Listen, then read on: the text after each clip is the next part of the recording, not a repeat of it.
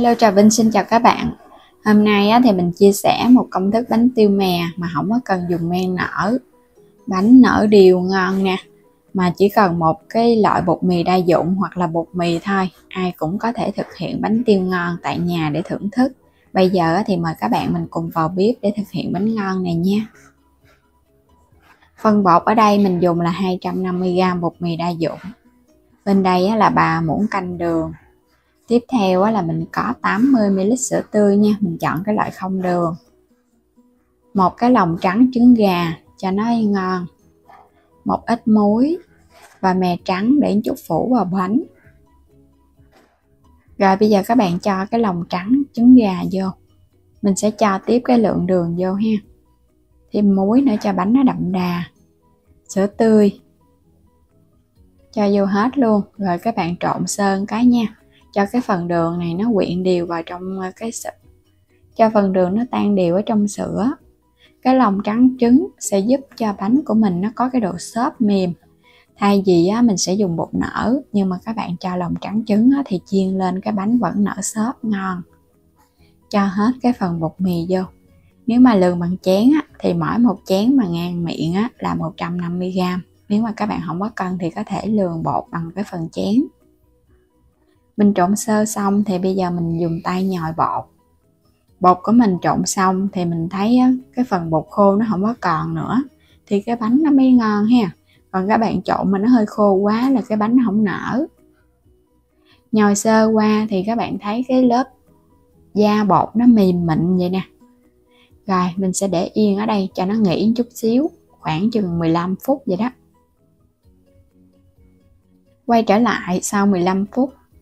Bột mà các bạn để cho nó nghỉ thì các sợi protein ở trong bột nó giãn nở, thì giúp cho cái phần da ở bên ngoài của bột nó mịn hơn, và các bạn nhồi gặp lại nó cũng dễ hơn vậy nè. Mình sẽ chia ra. Nếu mà thích cái bánh lớn hay nhỏ thì cái bước này các bạn có thể chia ha. Nhưng mà bánh cái loại này chủ yếu là mình làm cho nó có cái độ giòn ngon, cho nên là các bạn làm nhỏ nhỏ thôi, đừng có lớn quá. Mỗi một cái viên bột thì mình sẽ lặn từ bên ngoài vào trong để cho cái phần da bên ngoài của bột nó láng vậy nè. Chút các bạn cán ra cái bánh nhìn nó sẽ láng bóng, nó đẹp hơn. Rồi bây giờ các bạn đè nó xuống. Rồi cái mình sẽ cán sơ qua. Nhớ là đừng có phủ bột nha. Cái bước này mình chỉ cán không vậy nè, nó sẽ hơi dính một chút. Nhưng mà một chút nữa mình phủ mè lên thì mè nó mới kết dính vào trong bột. Còn các bạn phủ thêm bột khô lúc này là mè nó không có dính đâu, nó sẽ bị bung ra. Phủ đều một lớp mè. Rồi cái mình cán sơ qua vậy nè, là mè nó dính chặt vào trong bánh. Khi chiên nó không có bị rớt ra. Xong rồi các bạn sẽ phủ một ít bột khô lên để giúp cho cái bánh của mình nó chiên lên nó giòn, và khi cán bột nó không có bị co bột. Cán cho thật là mỏng thì cái bánh nó mới nở nha. Còn các bạn cán mà nó hơi dày là cái bánh nó cũng khó nở lắm Mình cán xong hết rồi nè. Cán thật là mỏng thì bánh của mình nó nở phình ra, rỗng ruột luôn. Bắt dầu cho nó sôi lên thì các bạn hãy chiên bánh và để ở mức lửa trung bình thôi. Cho bánh vô. Đây là cái cách chiên mà mình thấy đơn giản nhất nè. Các bạn cứ xay và nhớ là mình vừa xay mình vừa đè nó đó, để cho nó ngập ở trong dầu thì bánh nó mới nở. Rồi xong rồi cái múc dầu tưới lên. Khi mà bắt đầu nó nở thì mình đừng có đè nó xuống nữa nha, mà mình tưới dầu liền. Bánh nó sẽ nở trong khi mà các bạn tưới dầu nóng lên bột nó sẽ nở và nó phình to vậy nè. Bên trong thì nó rỗng và nó căng phình cái lớp da ở bên ngoài. Lúc này mình chỉ cần mình lật qua.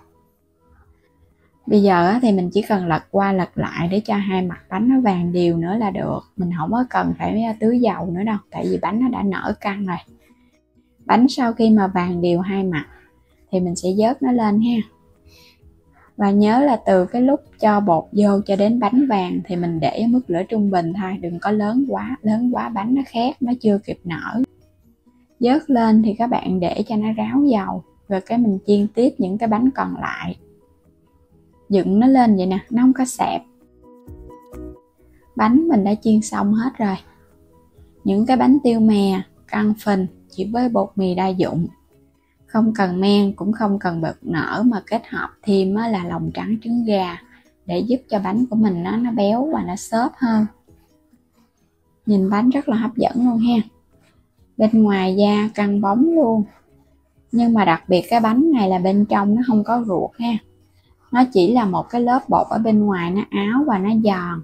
Mình chiên càng vàng thì bánh càng giòn. Giòn lâu và nó nở rồi là nó không có bị xẹp đâu.